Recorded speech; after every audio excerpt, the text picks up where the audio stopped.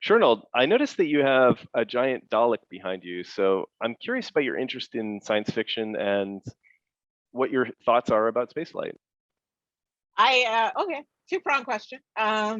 So I have a great love of science fiction, and from the time that I was a kid, and quite often being the only little black girl in class, and all the various and sundry bullyings and formative experiences that are associated with that, I lost myself in reading, and I've always taken a lot of inspiration in science fiction and how I can see characters who not weren't even necessarily intended to look and be like me, but I could find myself in them.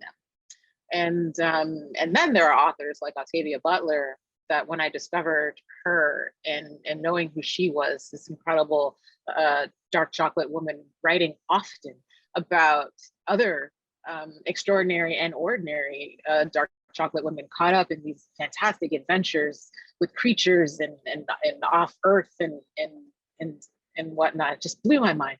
And I always found it incredibly inspirational, and it just opened me up in terms of what I could do with my career and what I could do with my own writing and what I could do with my own storytelling.